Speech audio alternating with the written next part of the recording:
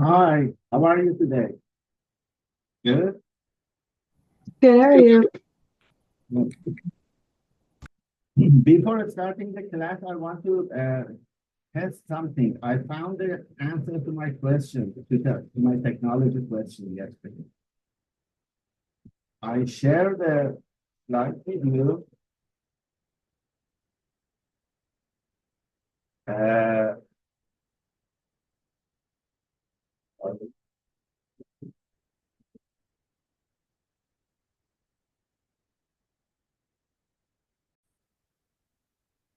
now, I play the video, and if you hear the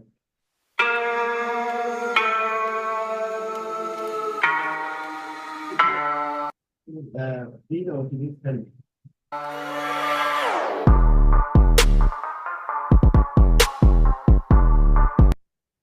Going into the tibia, I'm using fluoroscopy to just ensure that I'm going bicortical. Oh, you found the answer to my question.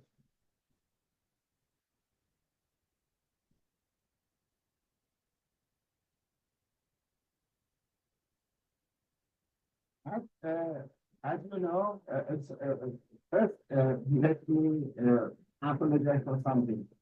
Today I had an oral surgery and half of my face is still numb. So if I cannot talk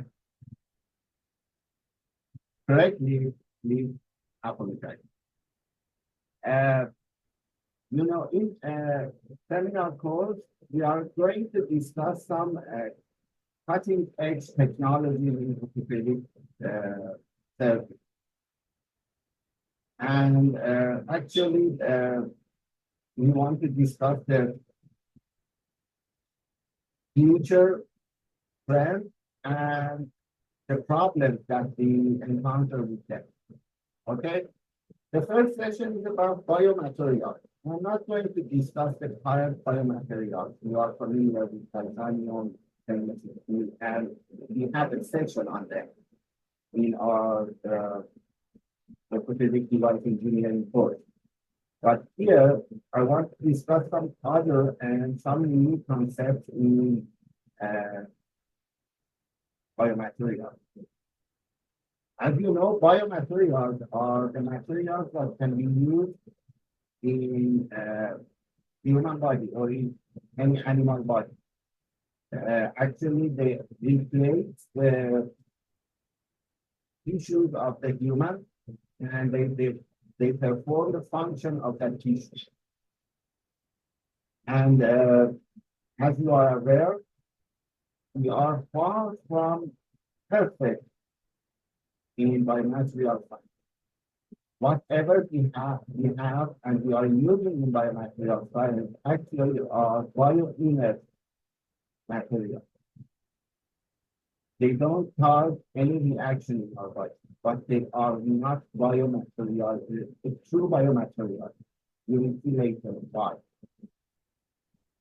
When we are talking about biomaterials, they must have two specificities. They might be bio-inspired and they must be bio-mimetic. Bio-inspired and more shows. They must be inspired from the nature, from the biology. And biomimetic means they must replicate the function of the biology. And as you know, the current biomaterials are called biomaterials and they are not bio-inspired and bio-mimetic. For example, when we use titanium in a plate, it is neither bio-inspired nor biomimetic. It is just bioinert and it doesn't cause any reaction in our body. Otherwise, it is not similar to bone. It is not similar to any other tissue. It replicates the function of the bone, but its function is far from the function of the bone.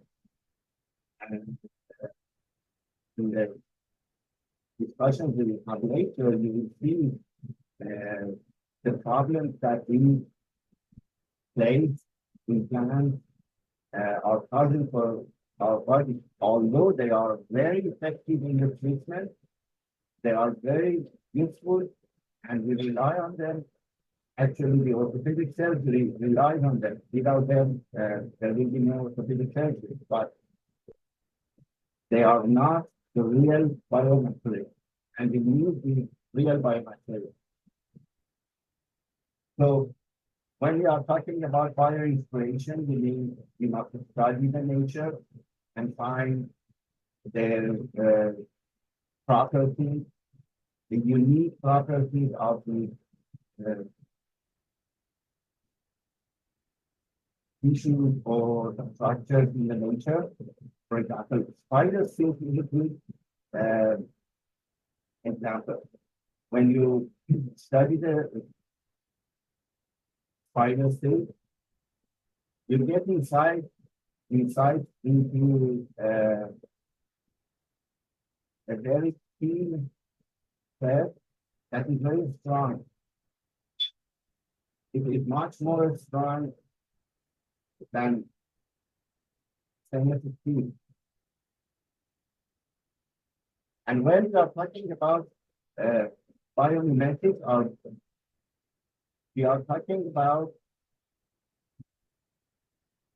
studying the design, structure, and function of the of the tissues or structures in nature and in biology, and then trying to replicate that structure.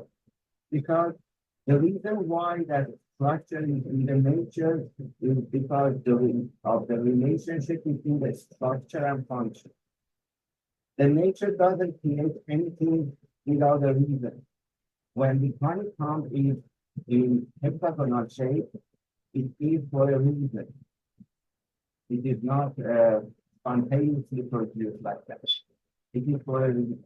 When the bone is produced like the structure we later see, it is for a reason, because the nature wants to have something that is strong enough to tolerate the load, and also it is light enough to allow the animal or human to walk easily. So if you want to have something similar to bone, you must replicate the structure of the bone, at least part of it.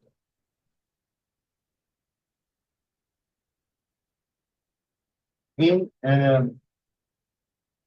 many tissues in biology, there is a hierarchical organization. It means it starts with a repeating the structure from the microscopic level, and it reaches to the repeating a structure either gross or macroscopic level. For example, here you see the molecules of collagen.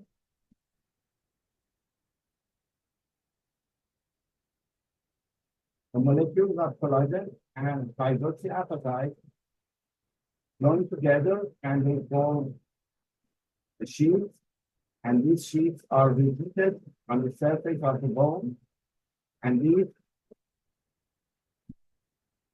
small pieces of the bone are joined together for the layers, and these layers are arranged in a circular way to form a concentric group of circles called an osteon, and these osteons form the basis for the structure of the bone.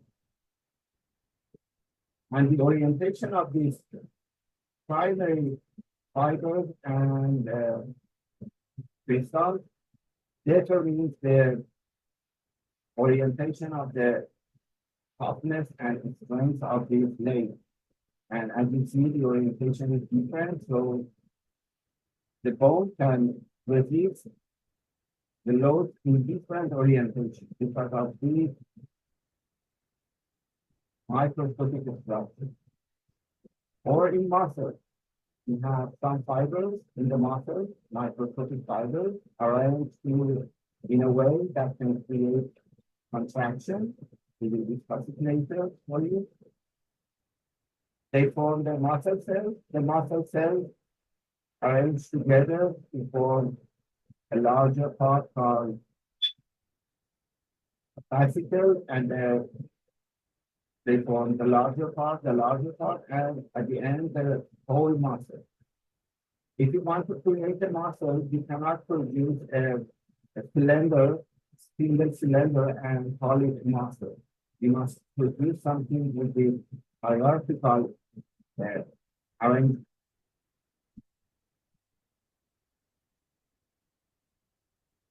In orthopedic surgery, many researchers are working on producing this unique structure of bone. They want to produce a bio-inspired and biomimetic structure of the bone, but actually we are far from. If we can produce this specific structure, we can use it for bone graft in creating the implant, plates, and also the scaffold that can be used for creating the different parts of the skeleton. What is currently available is something similar to this central part. It is not the whole bone. It is only the clavicular part, which is the cross section of the bone. And this part is actually the simplest part to create. But up to now, creation of this compact part, which is the major load-bearing part of the skeleton and bone, has not been possible. You may say maybe you can create it with 3D printing. We will discuss later. We have some problems with 3D printing and we will discuss it. But there is another problem with creating something like this bone, and that is called the substitution mechanism in muscular skeletal system. When you have a defect in liver, when you first let me tell something for your information. Some tissues in our body cannot regenerate. For example, if there is a problem in the muscle or in the in heart, in brain, in kidney, they cannot regenerate. If there is a defect, that defect remains there. If you want to correct that defect, you must replace that defect with something like a transplant. There are some other tissues that can regenerate, like your skin, your many other tissues, except those few that I named. Muscle, heart, kidney, and nervous tissue. These tissues cannot regenerate. The other tissues in our body can regenerate. Now, regeneration is a good thing, but it happens in two different types. In many tissues, like the skin, like liver, like in many other tissues, in cornea, in hair, when regeneration happens, the regeneration creates the new cell and new structure, the same as before. This regeneration happens at the same time of the replacement. A new tissue replaces the defective part and it transforms into the full-blown tissue.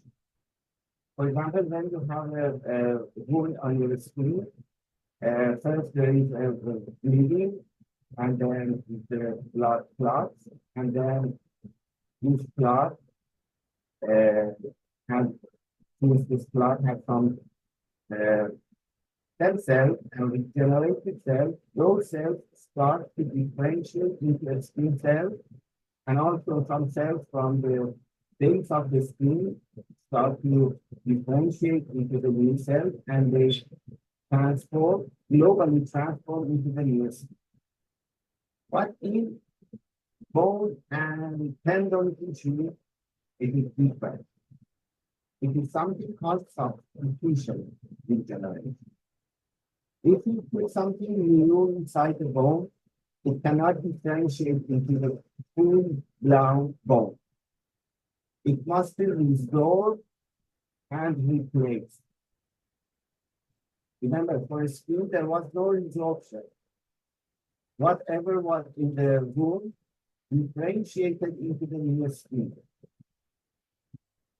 But in bone, if you have a wound, if you have a defect, and you put something there to regenerate into the bone, it must be resolved first, and then new bone formed in its place. This is the problem. So whatever you produce, even if in the same structure, when you put it into the bone, it needs resorption. So your scaffold, your bone graft must be resolved. And this is a huge problem. And first, we must solve this problem. We must create. The only thing that is not resolved is the own human bone. So if we want to create a biomimetic and bioinspired bone or tendon replacement scaffold, we must create something that can remain in place while the new bone is being formed.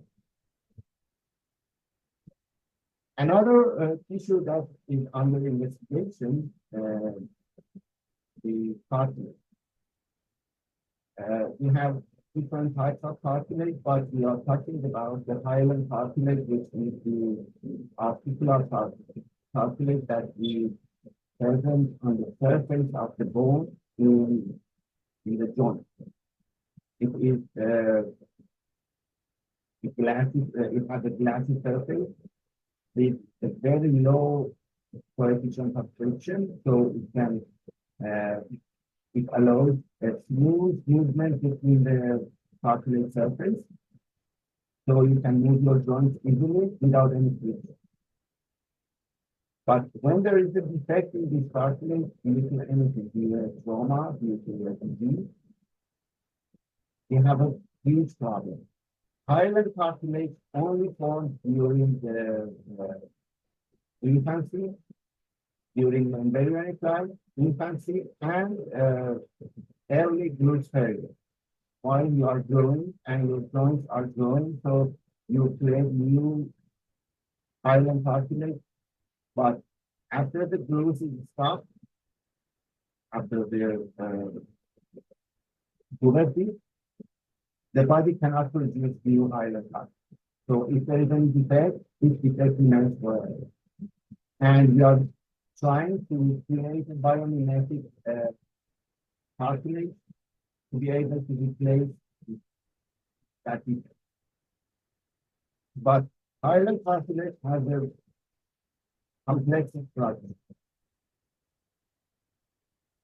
It contains some cells, some fibers, and between these fibers and cells, there is a ground substance that contains these molecules.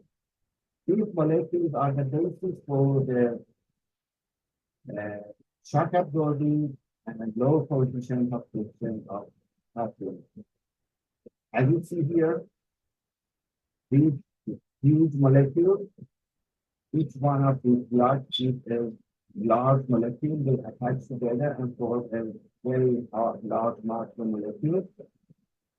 They attach to a core protein and they form something like this, that's a brush.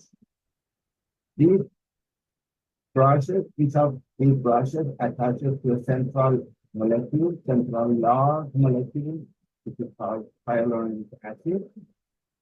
And they arrange something like this. And you see Those branches here attach to the hyaluronic acid and to the fiber. Now, what they do is they are covered with negative charge. So when the cartilage is compressed, they come close together. But since they are covered with opposite with the same charges, they are repelled. They cannot come closer. So in this way, the cartilage cannot be compressed. This is why the cartilage has the cushion effect. Another function of the large molecules is they can hold a lot of water between them. There's a lot of space between these large molecules and lots of water is kept between them. So the cartilage contains a huge amount of water, and when it is compressed, the water acts as a cushion and it doesn't allow the cartilage to be compressed. These two mechanisms are the basis for cushioning the cells of the hyaline cartilage, which is very important for your joint function. If this function is lost, the joint and the bone around it will degenerate very soon. So if you want to create a cartilage tissue, we must create something similar to this mechanism. Without this mechanism, if you create a ground substance which is similar in gross appearance, is similar to cartilage and has some cartilage cells, it will not work. And it hasn't worked up to now. There are many studies in the literature. They have produced many samples, but they do not work because they did not recreate the structure of the cartilage. So we discussed the problem. Another field that is very intriguing is self-healing property of biology. Except for those 4 tissues I mentioned, the rest of tissues in all animals and humans can regenerate and repair themselves. Some of these degenerations happen very fast, and some of them take longer time, but they happen. Even in those 4 tissues, they cannot regenerate the original tissue, but they can heal themselves and create a tissue called scar tissue. This is not the original heart tissue, this is not the original muscle or nervous tissue, but it replaces the defect and it can help the tissue to function, the other part of the tissue to continue to function. But in organic material, we don't have such a property. The inorganic materials are not self-healing. Many studies are underway that are focusing on self-healing inorganic material. They use some microcapsules inside the material. These microcapsules may contain the monomers of the original material, or they can contain some healing material. Once there is a defect in the surface of the material, since this defect can break these microcapsules, these materials are released into the defect and the defect will be repaired. This is a promising method for for increasing the longevity of the implant, but it is under investigation. There is no self-healing material in use finally. Uh, One major problem with them is we are working with metals. And as far as we are working with metals in place, we can help healing the very hard to achieve because the metals do not have monomers, they do not have healing pain. So it is difficult to create a self-healing metal, but I'm not saying it's impossible, but for now it is difficult, but I'm sure genius people can solve this problem. And if it happens in future, we will construct implants that can heal themselves. It doesn't mean they can last forever in the body, but they can last for a longer time. One important thing is when we use an implant, one question is how many times do we need revision in the case? The revision therapy is what I mean. Because the implant in orthoplastic surgery must remain there forever. They are not like plates that we use for a limited amount of time and then remove it when the bone is filled. Implants replace the clot, so there will be no joint after the surgery. And this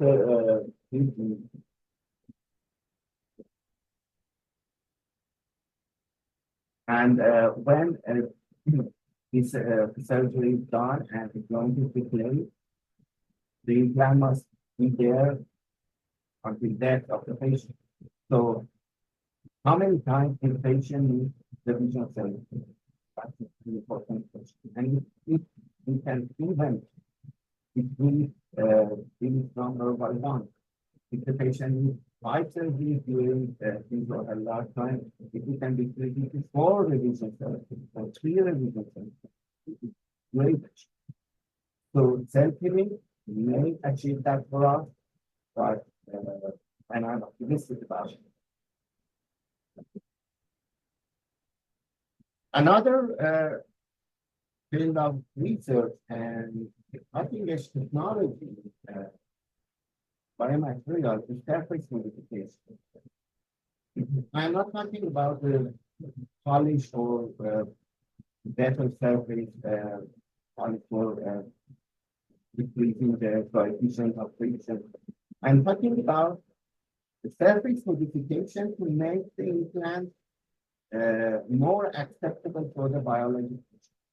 When you insert an implant, the reaction between the human tissue and the implant is very important.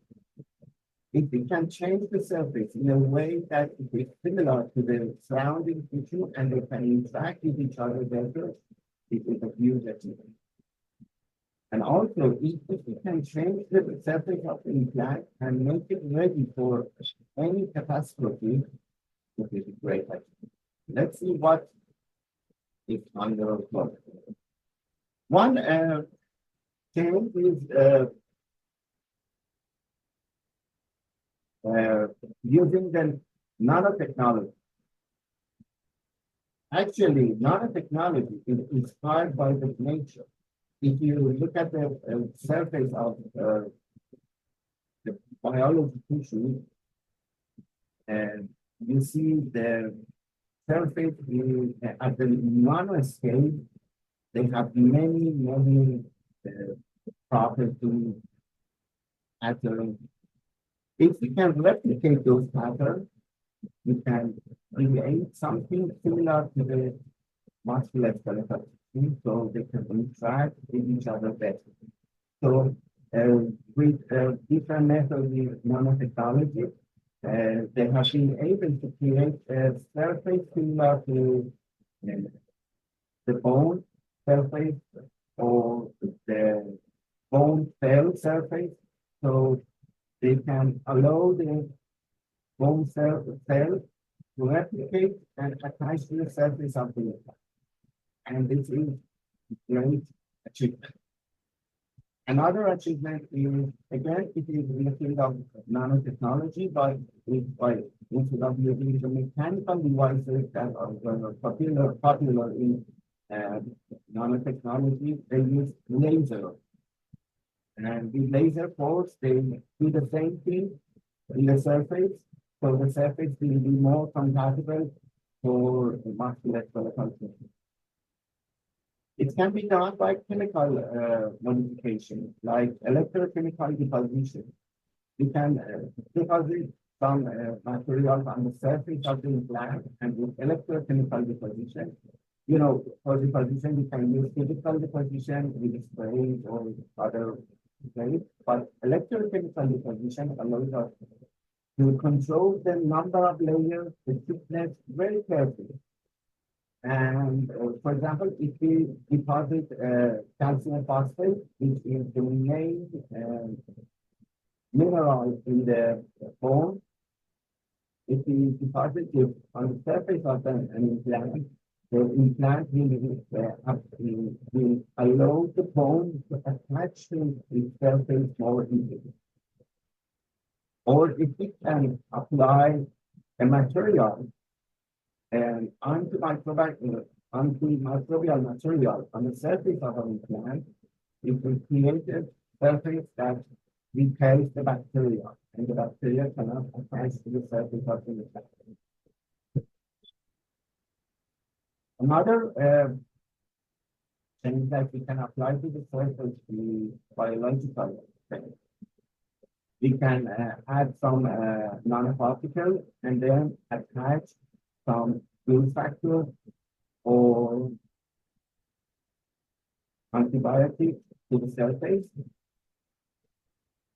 These growth factors can stimulate the surrounding bone or surrounding tissue to grow and attach to the surface of the implant more easily.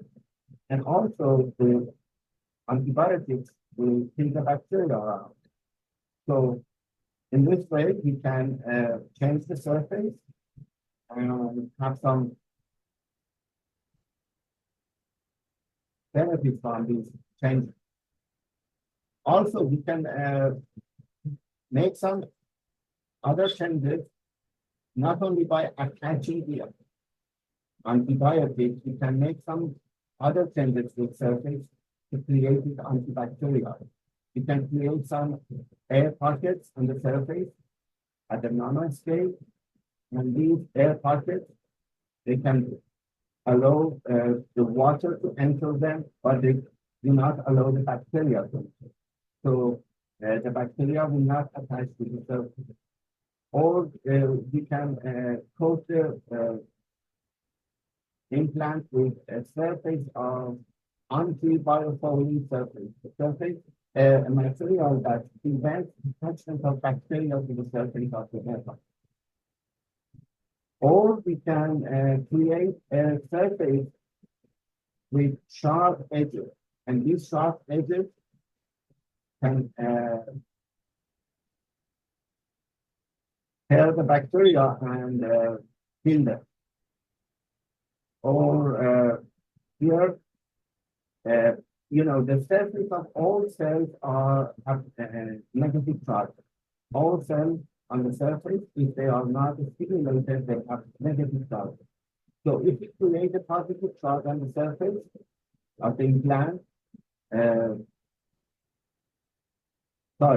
if you create a negative charge on the surface, they can repel the bacteria. And in this way, the bacteria will not attach to the surface.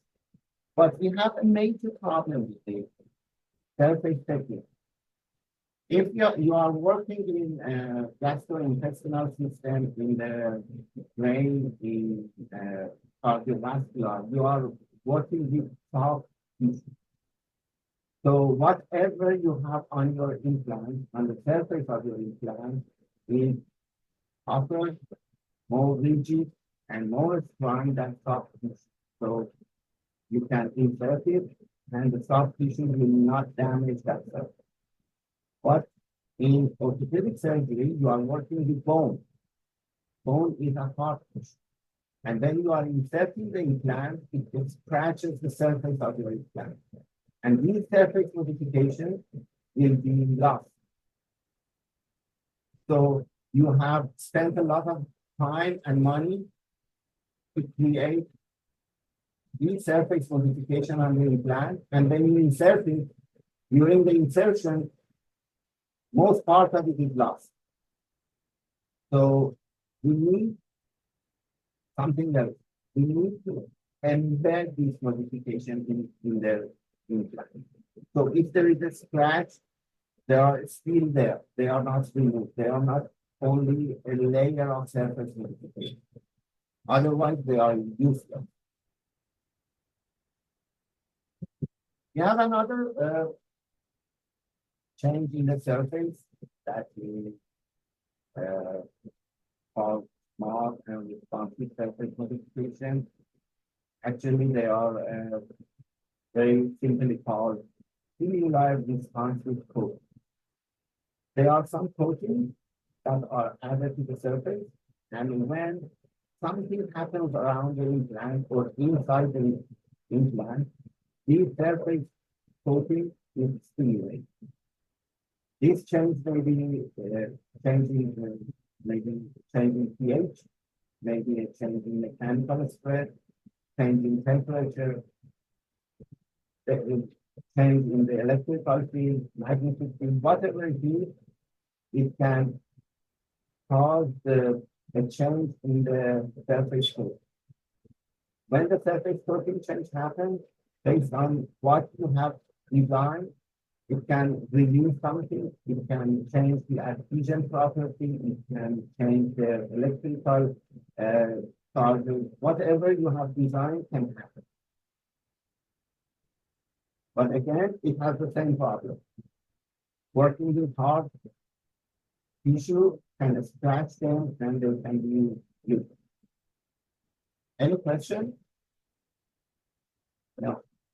As you see, I'm just giving some information to you to broaden your view, widen your view about the biomaterial. I'm not teaching you the biomaterial. I'm telling you some new insights into the biomaterial.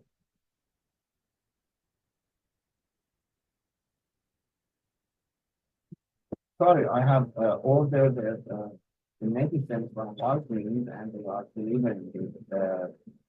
If they knock on my door, I have to go and retrieve it. Sorry, I have to instruct the black door. The next emerging technology is additive manufacturing. 3D printing. I'm not going to discuss additive manufacturing in this session because you have a seminar on additive manufacturing. But in case that seminar is not by me, in case the lecturer doesn't discuss the different types of the additive manufacturing techniques, I included them here for your information. Okay? Types of different methods for printing, but let's discuss the use of medical 3D printing, current use.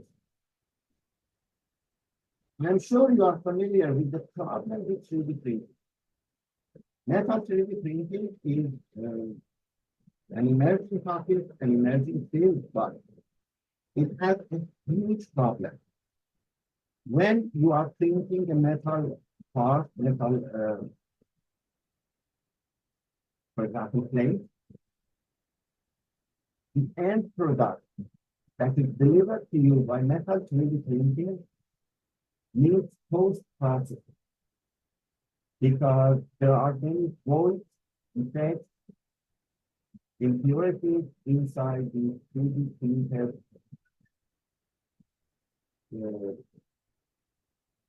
device. 3D printed, for example, part like a plate. So if you put it under load, it will break, it will fail. To prevent it, like any other production process, you need a post-processing process and post something like an annealing, something like this to change those details, to reduce those defects and to change the stability of the metal inside the plate or implant. That is why, if you go back to the industry, we see they are using metal 3D printing to produce some parts in industry, but none of those parts are used in load-bearing areas. They are only used in some parts of the, for example, car or spaceship that are not load-bearing. If you apply load on those parts, they will break. That is why we have problems with 3D printing for producing orthopedic implants for devices. Many centers are working on this problem, but we haven't solved it yet. The only solution is post-processing, and when you want to use post-processing, it increases the time, it increases the cost, and if it's not good, you can produce the same plate with much simpler and easier technology that we would be. But still, we use 3D printing in orthopedic surgery for custom implants in non-weight-bearing applications. For example, in skull, in some parts of the face, maybe in some small bones in the hand or foot, because you do not put much weight on your toes. So if an implant is necessary there, maybe we can produce it by 3D printing, but not in hip, knee, shoulder, elbow, spine. Another use is creating the porous surfaces for the implant. Since we don't have the true bio-inspired material, we are trying to change the surface of the implant to accept the bone regeneration and bone osteogenesis and allow the surrounding bone to incorporate into the surface of the implant. This surface change with making the surface more porous can be done by 3D printing because it can see the complex structure like the bones structure. And the best application of 3D printing now in orthopedic surgery is creating a guide for surgery. Sometimes you have a complex surgery that you want to, you need a preoperative planning and you have to correct the deformity. To correct the deformity, most surgeons use the visual method and they correct the deformity and they apply the plate. But if you can have a preoperative planning on X-ray and CT scan, and based on that, you can create a guide. And when during the surgery, you put the guide on the bone, you have the correct location of the pin, screw, and the card, and it decreases the time of the surgery tremendously, and also it increases the accuracy of the surgery. And since it is not under load, it is just single use, it is perfect, and it is huge help to the surgery. So it is a good use of 3D printing in the surgery. I'm not sure if you are familiar with 4D printing. 4D printing adds the time to 3D printing. It means they create material or a structure with 3D printing, but they use the smart material or the stimuli responsive material we discussed before. So a 3D printed structure can change under specific conditions. For example, if the temperature changes, if the amount of magnetic force changes, electrical force changes, pH changes, anything that changes, it can apply a change in the 3D printed structure. So that is why it is called 4D printing. And it is a new concept. And the last concept in orthopedic surgery is biology. Not only in orthopedic surgery, in biology, but it's very new. Several patented 3D bioclinical are there, and they are working, but not subject to the clinical. They work based on the additive manufacturing principles. They create the tissue layer by layer, but as I said, they create tissue. And instead of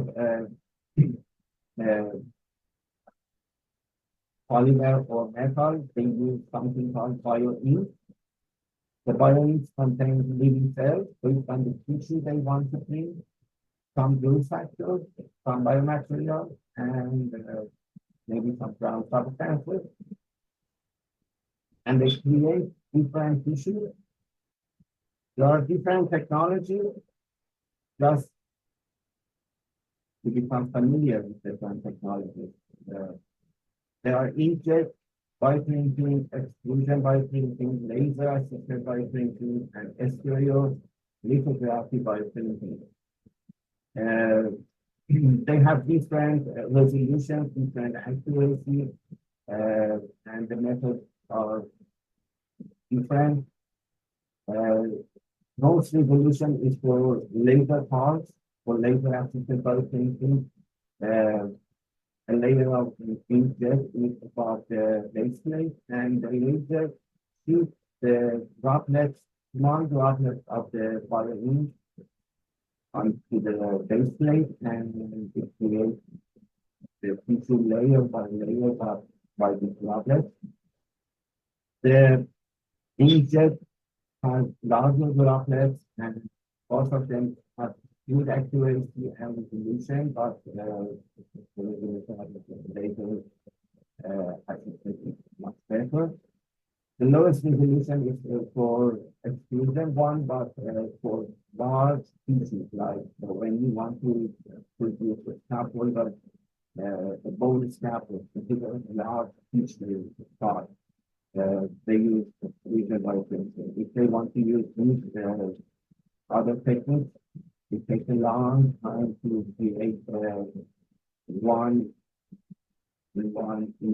centimeter use of bone scaffold by the other three techniques. It can take several days, but we use them, it can maybe several hours. Bioinks have inside the cell, they have the hydrogel. You are familiar with hydrogel? If you go to have studied in Afroen, they are familiar with hydrogel, and they almost mimic the extracellular matrix of the skeleton. There are different hydrogels that are used in bioinks like hydrogen, active gelatin, or alginate. There is another part added to hydrogel, which is extracellular matrix without the cell. They extract this matrix from the original tissue they want to print. For example, if they want to print a skin, this extracellular matrix is derived from the skin. If they want to things, bone, it derives from bone because it contains the proteins and growth factors necessary for that specific tissue function and use. And also, there must be something else to increase the strength in the printed tissue, and that is a polymer like PLA or PLCL to increase the strength and give support to the structure that are printed. They are bioabsorbable, so after a while they are absorbed and they will not be there anymore. One of the applications of bioprinting is printing the bone tissue, but again, it does not print the biomimetic structure of the bone. It prints some layers of bone cells with bone extracellular matrix, hydrogen, and for example, PLA. It doesn't recreate that hierarchical structure of the bone. But for now, they are the best option for replacing defect in the bone. They are the best one up to now. But I'm sure in future there will be much better.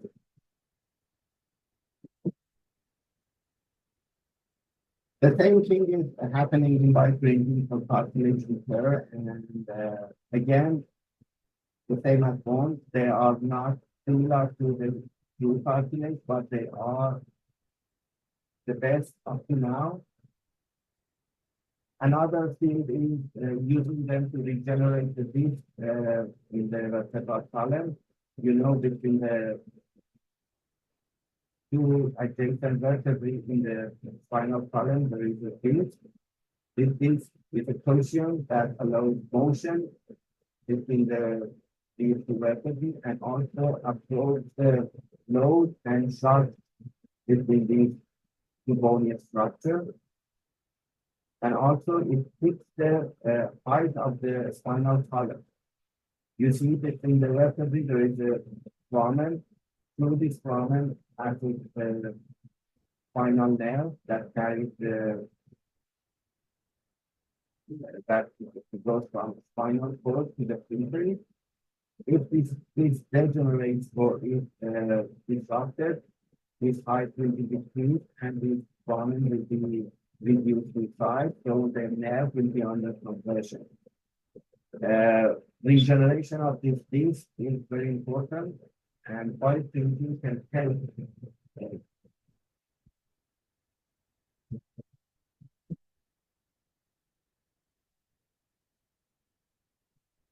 In our knee, we have a structure called meniscus. We have one medial meniscus and one lateral meniscus in each knee. These menisci are responsible for shock absorbing and load distribution between the femur and tibia. Tibia articular surface is flat and femur is curved. So when we put a curved surface on a flat surface, the contact will be single point.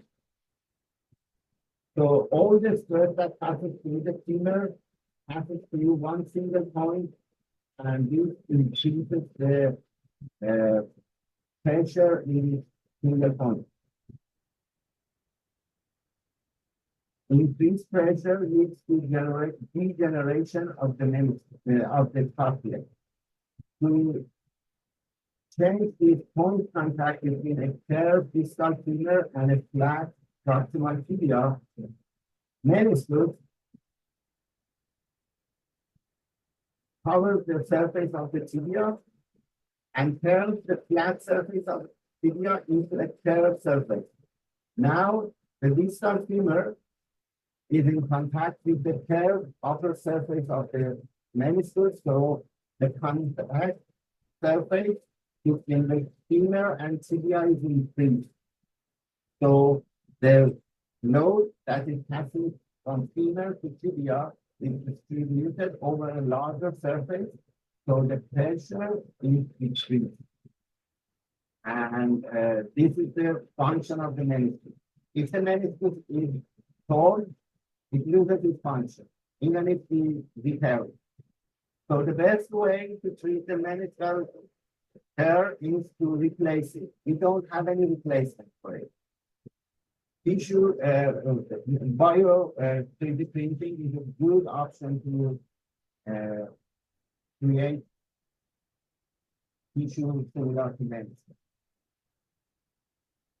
There are some challenges with bioprinting. The first one is, the first and most important one is what we discussed before. The substitution behavior of regeneration in musculoskeletal system, in cartilage, in tendon, and in bone. So since they tend to replace everything,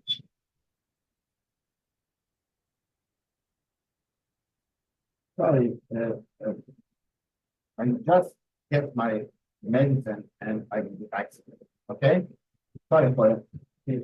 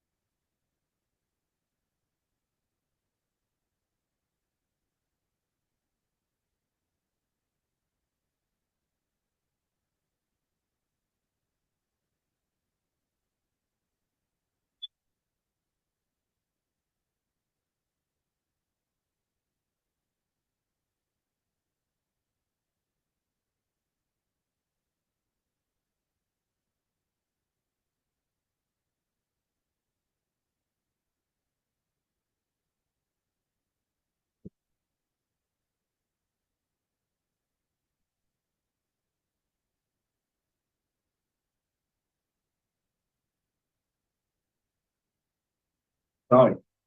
So sorry. Because the antibiotic prescribed for my surgery and I asked them to deliver it at home, but it didn't not. Okay. That was the first problem, but and the hugest problem. But the other problems contain are material problems. We must produce the bioink, and the material inside the bioink must be able to help the cells inside the bioink to survive. If the cells do not survive, they are of no use. And also, the bioink must provide the support, enough support for cartilage, tendon, and bone during the healing process. So it's important to have a good and correct material for it. But a material that can support it may be not possible to be printed by bioprinting. Another problem is we are talking about a living tissue. We are printing something to replace a living tissue. Living tissue means vascularization, means blood vessels and the cells that we are inserting inside this printed area, when we place it inside the body, needs blood to survive, needs nutrition to survive, and nutrition comes from blood. And the blood needs vessels. So the vessels must penetrate this printed area. And it is difficult for the vessels to penetrate it. So we must find a way to increase the vessel penetration and new vessel generation inside these printed areas. There are some ways. Inserting some endothelial cells. Endothelial cells are the cells from the blood vessels, or using growth factor to produce the new vascularization, but things are far behind. Another problem is long-term stability. We discussed it. It is related to that one part is due to that substitution process that resolves whatever we put there, and also whatever we treat must be able to withstand the load during this regeneration process. You know, for everything you put inside the body, you need an approval from FDA or somebody. In the Europe, you need their approval. So, for bioprinting, the problem is more. You need approval for each printed part because the printing process is different. You cannot get the approval for your printer, and whatever you print can be implanted inside the body. For each printed part, you need approval, and this is very difficult to get the approval for each printed part. So this is a challenge, and it must be solved. Any questions? So this was a review of different new frontiers in the biomaterial field. We have another session in the lecture on biomaterial, and we will discuss different aspects of the current biomaterial. So if you don't have any questions, I finished this class, and it takes a few minutes to let the video to render and be saved. And then I start the other link for the other class. I have to do that. I can continue this class with the same link, but I want to keep everything as separate videos for you. It is simpler for you, okay? So I finish this class, and how much do you want to rest?